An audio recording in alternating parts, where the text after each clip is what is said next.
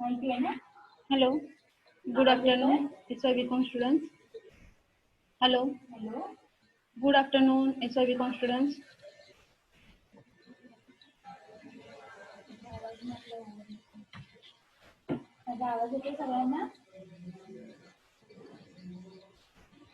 Yes, ma'am. Okay, just a minute.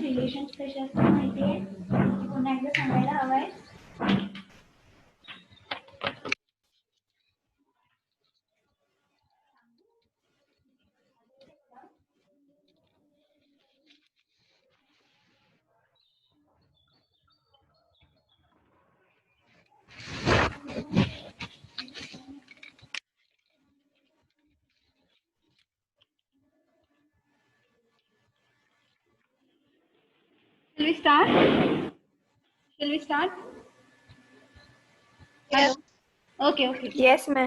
In the last week, what we were discussing, which was the last point? Do you remember?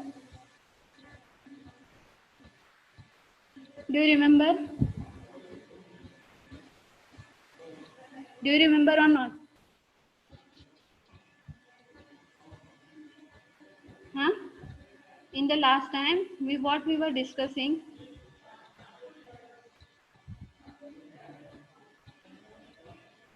I think this point is already done, na? Violation of rights of disabled people. Those who are attending lectures. Rutuja,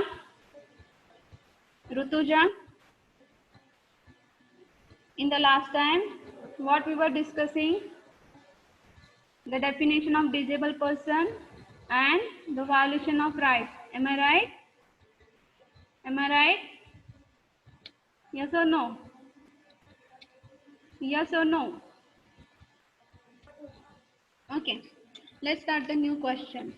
That explain the constitutional and legal rights of elderly people. Okay. The mandate of constitution is to ensure the equality, freedom, justice and dignity of all individuals including elderly people. तो जब हम बुजुर्ग लोगों की बात करते हैं, when we are talking about the elderly people, that constitution is given or is made the compulsory provision for all the citizens to, or all the we can say that to all the children to take care of their parents. Okay, so directive principles of state policy is particularly relevant with this regard to the senior citizens. That particularly whenever this provision is made, or that directive principle is directive principle of state policy is related to senior citizen. It states that the state shall, within the limits of economic capacity and development, make affirmative provision for securing the right to work, education, public assistance in the case of old age and among the others.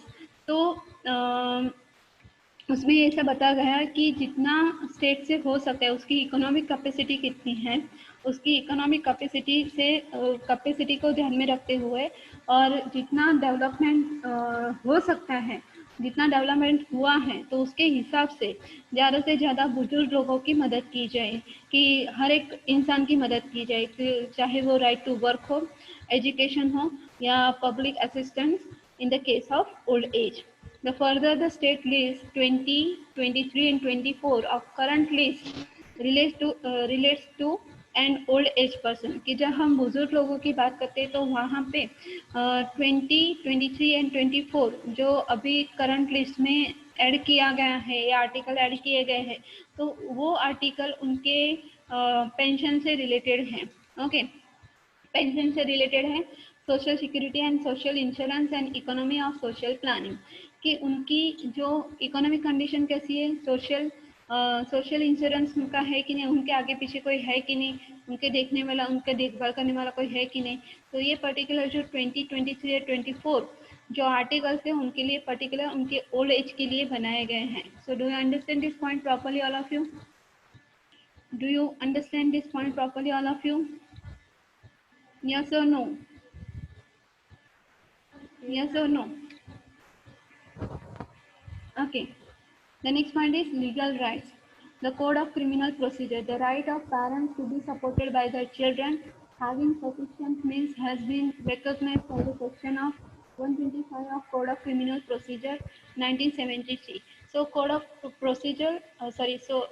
Criminal Procedure 1973 Act, it is made for all the citizens, or it is made for all the old age persons, those who have the children, that is, it is their duty to take care of their parents. Understood? Understood? Yes or no? Yes, ma'am. Okay तो जितना ज़्यादा हमको Yes, सभी को ma'am. हमको पता है, सभी को पता है कि जैसे आदमी बूढ़ा हो जाता है तो उसको घर में, या उसको घर में कैसे ट्रीटमेंट दिया जाता है, या उसका कोई हम बोलते हैं उसका कोई मायने ही नहीं रखता है, उसका होना या ना होना हमारे लिए, मीन्स यंगस्टर के लिए कुछ मायने नहीं रखता। तो क्यों ऐसा जो ट्रेंड अभी जो बदलते जा रहा है, अभी जो दिख रहा है हमको, ओके, समाज में, तो वैसा नहीं होना चाहिए। ओके, तो यहाँ पे अभी देखते हैं कि जैसे जैसे लोग बूढ़े हो जाते हैं तो उसके लिए old age, okay, old age home भी ज़्यादातर दिखाई देते हैं, वृद्धाश्रम भी ज़्यादातर दिखाई देती, क्योंकि उसका जो अभी का जो ट्रेडिशनल ट्रेंड है, ओके, ट्रेडिशनल ट्रेंड नहीं बोल सकते, लेकिन अभी का जो रिसेंट ट्रेंड चल रहा है, सिर्फ मैं और मेरी फैमिली और मेरा बच्चा और मेरा हस्बैंड, ये जो ट्रेंड चल रहा है, तो उसको थोड़ा सा चेंज करने की ज़रूरत होनी चाहिए, क्योंकि पेरेंट्स कभी भी बर्डन नहीं होते, लेकिन जैसे पेरेंट्स के लिए कोई भी बच्चा बर्डन नहीं होता, लेकिन जब ये पेरेंट्स बूढ़े हो जाते हैं तो बच्चों के लिए बर्डन बन जाते हैं। तो ऐसा नहीं होना चाहिए। इसकी वजह से समाज में हमको ये वृद्धाश्रम वगैरह दिखाई देते, ओल्ड एज होम्स दिखाई देते। Okay, then next point is personal law, Hindu law. The statutory provision for the maintenance of parents under Hindu person law is contained in the section 20 of Hindu Adoption and Maintenance Act 1956. तो ये जो act दिया गया है, Hindu adoption and maintenance act of 1956 का, तो उसका section 20 में तो हिंदू लॉ के लिए और हिंदू लॉ के अनुसार तो हिंदुओं की एक जिम्मेदारी होती है कि अपने पेरेंट्स का ख्याल रखा जाए। ओके, लेकिन फॉर एग्जांपल हमारे हिंदुओं में आपने एक कथा सुनी होगी, श्रवण, am I right? Do you listen this story? Do you listen this story? Yes or no? Those who are okay, those who are Hindu, at least they know that. हो कि नहीं अंकिता, हो कि नहीं? Yes or no? Yes or no? Reply me. Yes, ma'am. Okay, तो हमारे हिंदू धर्म के अनुसार हम जब श्रवण की कथा पढ़ते हैं तो श्रवण ने अपने माँ बाप के लिए कितनी सेवा की, उनको 4 धाम की यात्रा कराई। तो ऐसे श्रवण हमको अभी समाज में नहीं दिखाई देते हैं। तो उसका मेरे हिसाब से उसका जो रिलेशन है, जो हम बोलते हैं ओल्ड एज होम का जो रिलेशन है, तो it is really connected to that child care centre, जो हम बोलते हैं ना, बचपन में ही उनको, फॉर एग्जांपल जो पेरेंट्स होते हैं अगर वो एम्प्लॉयड हैं, हाँ, दोनों ही नौकरी कर दे, तो बच्चे को कहीं पे डाल दिया है कि जहाँ वो टेक केयर मीन्स दूसरे जो गार्डियन है या क्या बोले कोई अलग इंसान उसके संभाल कर रहा है। तो ये जो रिलेशन है ये दोनों से एक दूसरे से कनेक्टेड है। Okay, this act the first personal law statute in India which imposes the obligation on the children to maintain their parents. तो जो बच्चे अपने माँ बाप को नहीं देखते हैं, those children who do not take care of their parents, for that your personal law is included in Hindu law or in the statute in India. Okay, as is the evident from wording section, to maintain parents is not wording section, maintain parents is not confined to sons only, the daughter also have the equal duty towards the parents. तो जब हम बच्चों की बात करते हैं तो ज़्यादातर जो समाज का जो जरिया है देखने का पेरेंट्स के अलावा पेरेंट्स को देखने का, पेरेंट्स की देखभाल करने का। तो हमारा सबका ड्यूटी ऐसा हो जाता है या हमारे सबकी सोच ऐसी हो जाती है कि हाँ अगर लड़का है तो वही उनको संभालेगा। ओके, अगर 3 लड़के हैं तो 3 लड़कों में, या 4 लड़के हैं तो 4 ही लड़के एक बार बारी करके संभालेंगे। लेकिन और वो भी अलग अलग तरीके से पेरेंट्स हैं तो माँ को कोई और रख है, पिता को कोई और रख है, तो ये ऐसा नहीं होना चाहिए। माता पिता को अलग नहीं करना चाहिए। और जो लड़कियां होती है वो ससुराल में चली जाती है तो उसके हिसाब से उनकी जिम्मेदारियां खत्म हो जाती है। ऐसा हमारा समाज का जो नजरिया है वैसा नहीं होना चाहिए, क्योंकि जो ये लॉ बनाया है तो अभी ये भी कहता है कि अगर जितनी जिम्मेदारी लड़के की होती है तो उतनी जिम्मेदारी लड़कियों की भी होनी चाहिए। Do understand this point properly all of you? Yes, ma'am. Reply me at least. Do you understand? Okay, आगे Yes, देखते हैं। ma'am.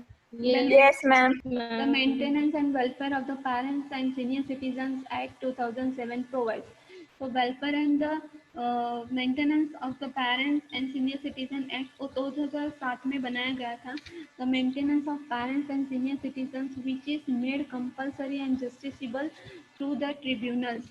ओके, तो ये एक्ट जो बनाया गया है वो सभी कंपलसरी, सबके लिए कंपलसरी है कि जो सीनियर सिटीजन है, जो पेरेंट्स है, उनकी अच्छी से अच्छी देखभाल करनी चाहिए। वो हर एक बच्चे की जिम्मेदारी है। The next point is revocation of transfer of property by senior citizen in the case of negligence by relatives. तो ये point ये बताता है the children who always ignore their parents, but when they are going to die or whenever that property case is concerned, they start caring for their parents. So whenever the parents transfer their property from there to their children, at that time they have to take care of that who are really caring of them. Do you understand? Do you understand who are really caring of them? Do you understand or not? If you don't understand, then I will explain again. तो यहाँ पे क्या बताया गया कि जब parents property की बात आती है, ओके, पेरेंट्स की प्रॉपर्टी मिलने वाली होती है, तो जो ज़्यादातर जो बच्चों का जो जरिया होता है, तो बच्चे कैसे होते हैं कि हाँ चलो इतने सालों तक तो उनको कभी देखभाल नहीं किया है, क्या आउट ऑफ कंट्री है तो आउट ऑफ कंट्री में बसे हुए हैं, लेकिन वहाँ पे उनको देखने के लिए भी कभी नहीं आते। लेकिन वो जब मरने वाले होते हैं या उनकी प्रॉपर्टी की बात आती है तो बच्चों को प्रॉपर्टी चाहिए। जब प्रॉपर्टी की बात है तो बच्चे अचानक उनकी देखभाल करना शुरू कर देते हैं, उनसे मेल मिलाप ज़्यादा कर देते हैं, उनको ज़्यादा प्यार देने की कोशिश करते हैं। लेकिन बुजुर्गों को भी ये समझना चाहिए कि सही में उनकी देखभाल कौन कर रहा है, उनको कौन देख रहा है, उनकी प्रॉपर्टी उनको किसको देनी चाहिए।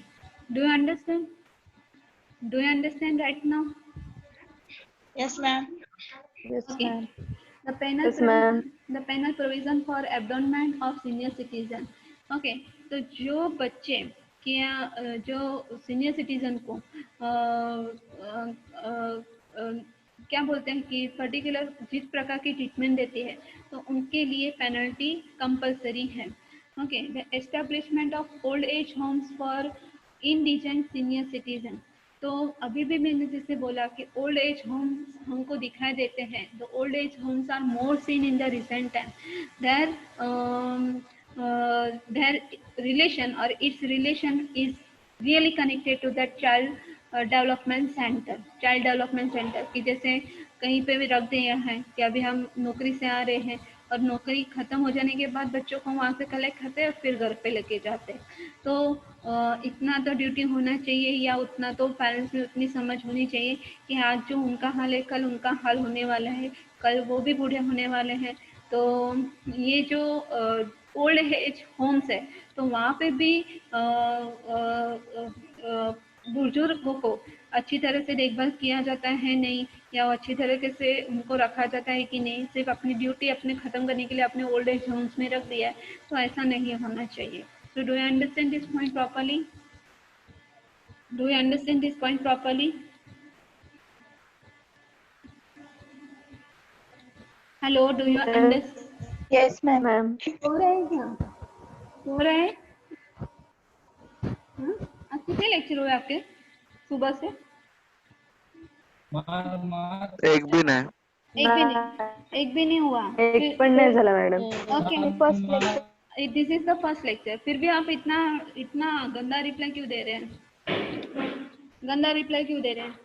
हार्डली 22 स्टूडेंट्स हैं। ओनली 22 स्टूडेंट्स हैं। उसकी अटेंडेंस में लगाऊंगी, उसकी अटेंडेंस लगाने वाली हूँ। Out of 108 only 22 students are present. दूसरों को कुछ ज़रूरत नहीं है शायद। ओके, अभी देखेंगे new question, violation rights of elderly people. Okay, अभी देखा हमने कॉन्स्टिट्यूशनल एंड लीगल राइट्स देखा था, अभी वायलेशन राइट्स हम देखेंगे। आगे का देखिए, the definition and status of elderly people in India. Elderly defined are as the person in the age group of 60 years and above. India has the second largest population in the world. With the better health services, increasing life expectancy, their share in the population is going to increase more rapidly in the next 3 or 4 decades. So, as we know that the China is the world first rank for population, and India is the for second rank for the population. Okay, in our India, that elderly people are defined as the age of 60 or more, above 60. Okay, so we consider the old people about 60 or above 60. Okay, so whenever we are going to learn, or when we are going to say something about the old person, that our health services, our we can say that our Indian health services and life expectancy are going to be very complex for them. Okay, so do you understand? Do you understand? Yes, ma'am. Okay, worsening condition of elderly in India. All over India, the members of family look after their aged by the way of their moral responsibility. हमें बचपन से सिखाया जाता है कि बड़ों का आदर करना चाहिए, बड़ों से अच्छे से बात करनी चाहिए, लेकिन जब हम खुद बड़े हो जाते हैं या फॉर एग्जांपल हमारी कुछ रिस्पॉन्सिबिलिटी आ जाते हैं, तो हम हमारे माँ बाप को कैसे भूल सकते हैं? तो यहाँ पे एक मोरल रिस्पॉन्सिबिलिटी को रिमाइंड किया गया है, because of the adherence of principle of moral responsibility, looking after elderly members of the family, strong need for non-family institutions for the provision of social security has not been felt in the Indian past. Okay, when we were looking at the Indian past or looking at the Indian history, that joint family was joint family was there, and nowadays we see that uh, separate families are seen more in the Indian society. Okay, as I told before few minutes, so it is not, or it is our responsibility, moral responsibility to look after our older person. Okay, so अगर वो किसी for example हमारे family members है, तो उनको non family institution में क्यों भेजा जाए? वो एक क्वेश्चन मार्क है। अगर हाँ, सोच सबकी सोच अलग अलग होती है, जनरेशन गैप वहाँ पे होता ही होता है, लेकिन उसकी वजह से हम अपने फैमिली मेंबर्स को नॉन फैमिली इंस्टीट्यूशन में क्यों भेजा जाए? तो एक क्वेश्चन मार्क हमारे लिए बनता है। Do you understand? Do you understand? Yes, ma'am. Yes. Okay, आगे देखिए, आगे देखिए। In the recent time, due to globalization and growing materialistic values, the society is witnessing gradual but definite weathering of joint family system and decline of such moral values. तो मैंने जैसे अभी बात की कि जो हमारे मोरल वैल्यूज है, हमारी जॉइंट फैमिली जो सिस्टम है, वो अभी कैसे दिखाई देती है हमको? अब दिखाई देती है, डाउन दिखाई देती है रिसेंट टाइम में? अब दिखाई देती है, डाउन दिखाई देती है? Answer me. अब दिखाई देती है, डाउन दिखाई देती है?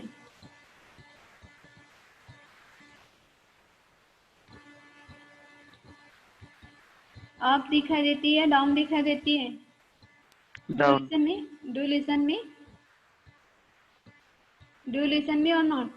डाउन दिखाई देती है। जैसे मैंने अभी बोला कि हमारे यहाँ पे अभी जॉइंट फैमिली नहीं दिखाई देती है, तो उसका जो रीज़न है तो ग्लोबलाइजेशन है। फिर होते हैं दूसरा जो पॉइंट होते हैं, दूसरे जो पॉइंट्स है तो उसमें आते हैं टेक्नोलॉजी होती है। तीसरा जो पॉइंट आता है तो वो मटीरियलिस्टिक थिंग्स है, मटीरियलिस्टिक वैल्यूज है। अभी सभी जगह ओके, और सभी जगह अपने से अपना काम रखो।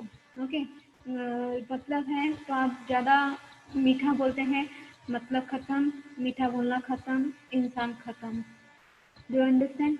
तो ये जो मोरल वैल्यूज है हमारी डाउन होती जा रही है। Okay, so as a result of that, children are not maintaining the large number of parents. Because of these changes, the Parliament has enacted the Maintenance and Welfare of the Parents and Senior Citizen Act 2007 कि ये जो materialistic की वजह से, technology की वजह से, globalisation की वजह से जो चेंजेस ह्यूमन बिहेवियर में, जो चेंजेस ह्यूमन साइकोलॉजी में दिखाई देते हैं, तो उसके हिसाब से कॉन्स्टिट्यूशन या पार्लियामेंट ने maintenance and welfare of parents and senior citizen act 2007 बनाया है। Do you understand this point properly all of you? Yes, ma'am. Okay, then next point is elder abuse. Elder abuse means mistreatment and maltreatment of aged person. Moreover, they go to unnoticed. That elder abuses take place both within homes and non-family settings. तो elder abuse हमको हर जगह दिखाई देता है।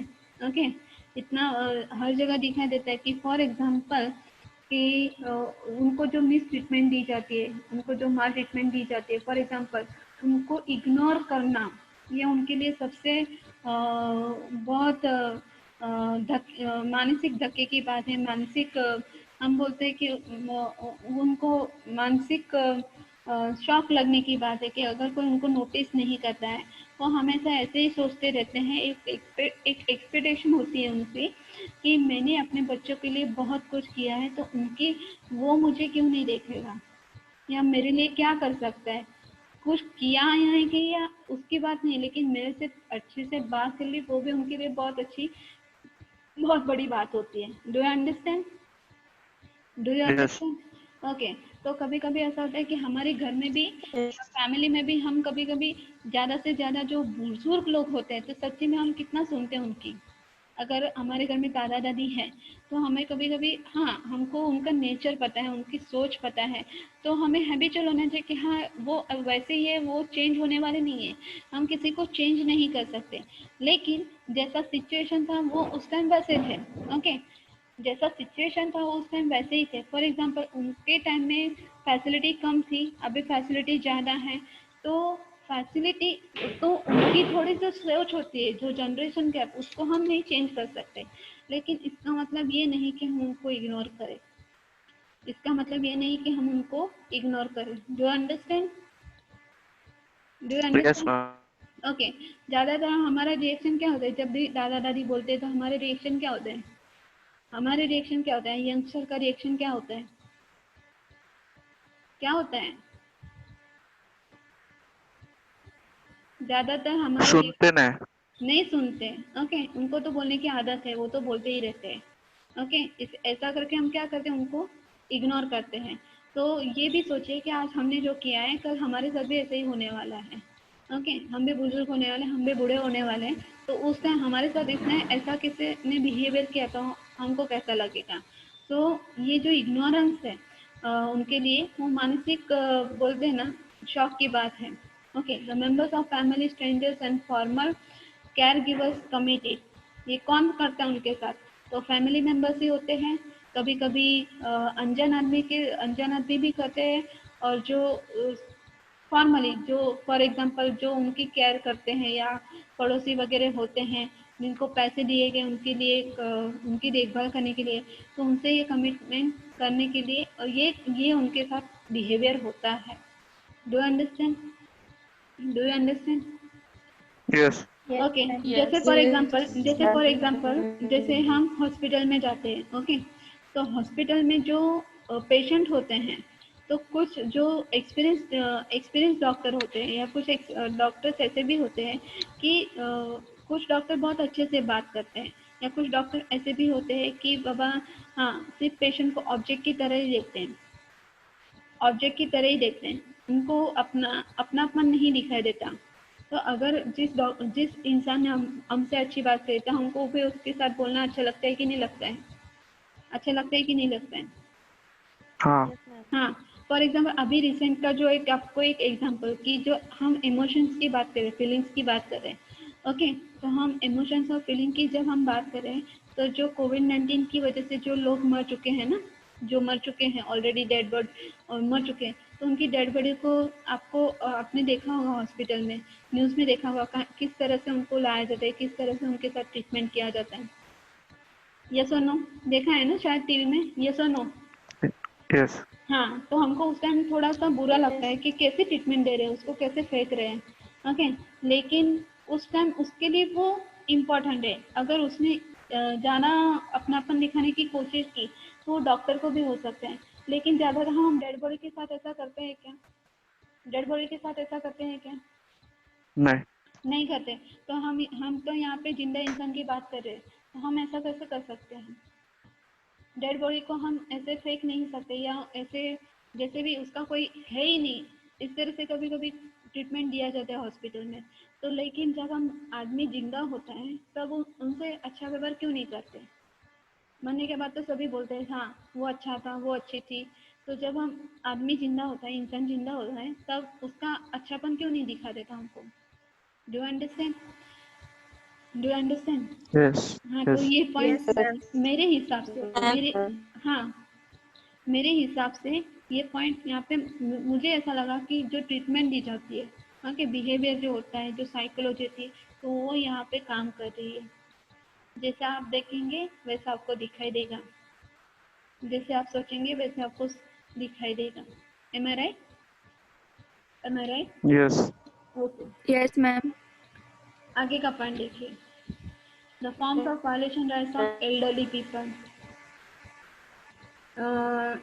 sensing, functional disability, financial insecurity, sickness characterize the population of elder person। तो ज़्यादातर उनमें जो प्रॉब्लम दिखाई देते हैं, ओके, तो वो कैसे होते हैं? एक तो वो बूढ़े हो चुके हैं, उनकी जो हम बोलते हैं शारीरिक जो फिजिकल जो एनर्जी होती है, शारीरिक ऊर्जा होती है, वो कैसे हो सकती है? कम होती जाती है ना कि बढ़ती जाती है? कम होती जाती है कम ना? होता कम होते हैं। जैसे जैसे इंसान बूढ़ा हो जाता है तो उसकी याददाश्त कम हो जाती है, उसको सुनाई नहीं देता, उसकी आंखों की रोशनी कम हो जाती है, उनको फॉर एग्जांपल हर तरह से वो परेशान हो जाते हैं। तो कभी कभी हमें एल्डरली पीपल ऐसे भी दिखाई दे कि जिनको डायबिटीज़ भी है, जिनको बीपी का भी प्रॉब्लम है, जो ठीक से चल भी नहीं सकते, means totally they have to depend on the others. Am I right? Do understand?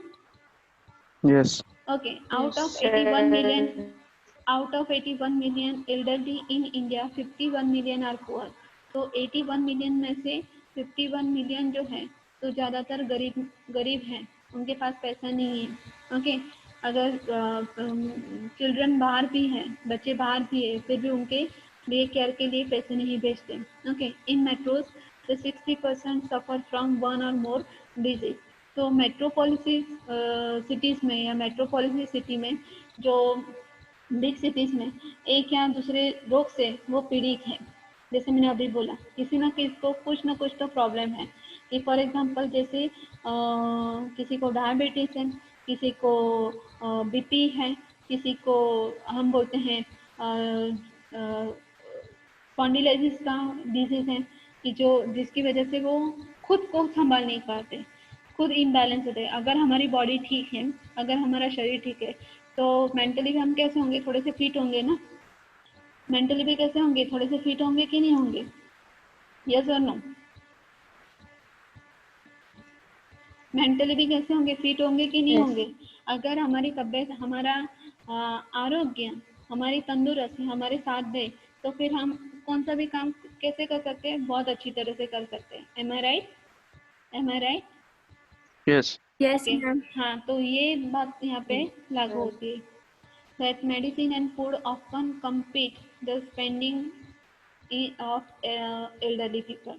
तो जैसे पहला पॉइंट हमने देखा था कि इतना लाइफ एक्सपेक्टेंसी है कि कभी कभी लाइफ एक्सपेक्टेंसी के लिए खुद के खर्चे, घर के खर्चे होते हैं कि जो घर के खर्चे होते हैं, फिर घर में जो फॉर एग्जांपल कोई भी प्रॉब्लम है तो वो एक खर्चे में जो पेरेंट्स का जो खर्चा होता है, जो बुजुर्गों का जो खर्चा होता है, वहाँ पे कभी कभी इग्नोर किया जाता है। उनकी दवाइयाँ टाइम पे उनको नहीं मिलती, फूड उनको टाइम पे नहीं दिया जाता है। ओके, तो ये इसका जो बेस्ट एग्जाम्पल है, तो आपने बागबान मूवी ये देखी होगी, देखिए कि नहीं देखिए? बागबान मूवी देखिए, एम आई राइट? मैम। हाँ, तो बागबान Yes. मूवी में तो वेल एंड गुड फैमिली कि पैसों की कोई कमी नहीं है, फिर भी वहाँ पे ट्रीटमेंट कैसे दी जाती है, तो उसका एक सेट एग्जाम्पल हमको यहाँ पे दिखाई देता है। Okay, the gravest fears of the most elderly are health problem followed by the shortage of money। ज़्यादातर उनकी जो ट्रीटमेंट होती है, तो ट्रीटमेंट ना होने की वजह एक होती है उनके पास पैसा नहीं है। Most of the that elderly people, they don't have their own property और ऑन मनी। ओके, उनको डिपेंड होना पड़ता है। अगर मनी आए भी है, फॉर एग्जांपल रिटायर होने के बाद पैसे आए भी है, तो कहीं ना कहीं बच्चों के लिए उन्होंने खर्च कर दिया है, तो जिसकी वजह से जो उनकी जो बुढ़ापे की हम बोलते हैं एक लकड़ी का सहारा या बुढ़ापे का सहारा, वो भी उनके पास से छीन लिया जाता है। Do you understand? Do you understand? Yes. Okay, Yes. Next point is, कभी एक मिनट, आप जब भी मुझे रिप्लाई दें तो मुझे ऐसा लगे अभी ये बोर हो चुके हैं, क्लास में नहीं, क्लास में ऐसा ही सोचिए क्लास में ही बैठे हैं, ऐसा रिप्लाई क्यों दे रहे हैं कि आपको खुश रहे, तो हाँ जल्दी से जल्दी दें, आप दे दो आंसर, एक्साइटमेंट के साथ आंसर दीजिए। वो मुझे एक्साइटमेंट नहीं दिखाई देती, बोरिंग, मैं आपको देख तो नहीं सकती लेकिन आपकी आवाज़ पर से मुझे पता चलता है कि अभी बहुत बोर हो चुके हैं। और अभी भी 40 मिनट से ही अपना लेक्चर होता है, तो जब हम ऑफलाइन लेक्चर होते हैं वो तो 55 मिनट्स का होता है, तो अभी 40 मिनट्स तो सुन लीजिए। आज एक भी लेक्चर नहीं हुआ तो आपको, आपने कभी ग्रुप में पूछा नहीं कि लेक्चर होने वाले कि नहीं होने वाले? लेक्चर होने मैडम वाले। मैडम एडमिन के लिए मैसेज करना। ओके, तो फालतू का मैसेज करिए, इसकी वजह से एडमिन एडमिन एडमिन एडमिन ही सिर्फ मैसेज कर सकते हैं। तो पर्सनली तो पूछ सकते हैं ना, पर्सनली तो पूछ सकते हैं कि नहीं किसी को? पर्सनली तो टीचर ने आपको कहाँ पे, वहाँ पे एडमिन आपको दिखाई देते हैं, Yes, ma'am. पर्सनली भी नहीं पूछा किसी ने। Fear of crime Madam, fears of crime haunts elderly who are rich, कि जो श्रीमंत व्यक्ति हैं, कि जो पैसे वाले व्यक्ति हैं और वो बुजुर्ग हैं, तो उनको हमेशा उनकी जो प्रॉपर्टी, उनको कोई उनकी प्रॉपर्टी उनसे छीन लेगा, उनका खून कर देगा, उनको फंसा देगा, एक धोखा हमेशा मन में उनके लिए पैदा होता है। That elderly are highly diverse group. They reside inter interspersed. These factors make service delivery, including provision of security to them, and challenge. So, in elderly people हैं, they are the diverse group, and they are interspersed, means उनको ज़्यादातर ignore किया जाता है। तो उसकी वजह से जो उनके लिए जो प्रोविज़न बनाया गया है कि उनको ज़्यादा से ज़्यादा अच्छी ट्रीटमेंट देनी चाहिए, नहीं तो ज़्यादातर हमको ये ओल्ड एज पर्सन हमको ओल्ड एज होम्स में दिखाई देते हैं। The recent survey reveals that The recent survey reveals that only 23% of crime against the elderly ever gets reported, and even out of the cases they are reported, only 72% get registered। कि अगर किसी बुजुर्ग व्यक्ति के साथ कुछ गलत हो गया तो उनका जो सब सर्वे निकाला जाता है, तो 23%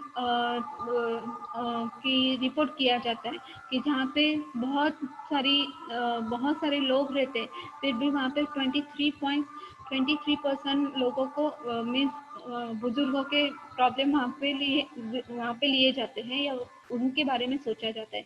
अब बाकी के जो 72% जो केसेस रहते हैं, तो शायद उनको रिपोर्ट भी नहीं किया जाता है, और रिपोर्ट किया है तो उसके ऊपर कोई कामगिरी होगी या नहीं, उसकी गारंटी नहीं दे सकते। And last point is, senior citizens are the victim of crime against property, economic crimes and even rape. तो कभी कभी ऐसा भी होता है कि उनके साथ रेप भी होता है, प्रॉपर्टी के केसेस होते हैं, और ज़्यादातर उनकी जो प्रॉपर्टी और जो इकोनॉमिक उनका बैकग्राउंड है, इसकी वजह से उनके साथ माल ट्रीटमेंट एंड मिस ट्रीटमेंट होती है. So do you understand this point? All of Yes, you? madam. Okay, our first unit is over. Our first unit is over. Okay, so we shall start second unit from tomorrow onwards. ठीक है? We shall stop here. Okay? Okay, ma'am. Okay, ma'am.